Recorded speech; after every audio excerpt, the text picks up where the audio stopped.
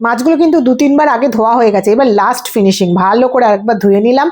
ধুয়ে নিয়ে এর মধ্যে মাখিয়ে দিলাম নুন আর হলুদ, ভালো করে পালিশ করে দিলাম, এপাট ওপাট করে উল্টে পাল্টে দিয়ে তেল এদিকে গরম হচ্ছে, এবার টপাটপ ছেড়ে দেবো মাছ দুটোকে, ছেড়ে দিলাম মাছ দুটোকে। এইবার এদেরকেও একটু উল্টে পাল্টে ভেজে নেওয়ার পালা। হয়ে গেছে এক পিঠ, আর এক পিঠ উল্টে দিলাম, এইভাবে করতে করতে আমার 2 পিঠই ভাজা হয়ে গেছে। দেখুন ভাজা হয়ে গেছে, এবার এদেরকে তুলে নেবো। তুলে নিয়ে দিয়ে দিলাম কালো জিরে আর কাঁচা লঙ্কা দিয়ে নাড়াচাড়া করে, একটু হলুদ আর লঙ্কা গুঁড়ো দিয়ে ভালো করে একটু নাড়াচাড়া করে জল ঢেলে দিয়েছি। নাড়াচাড়া করার আগেই অবশ্য জল ঢেলে দিয়েছি।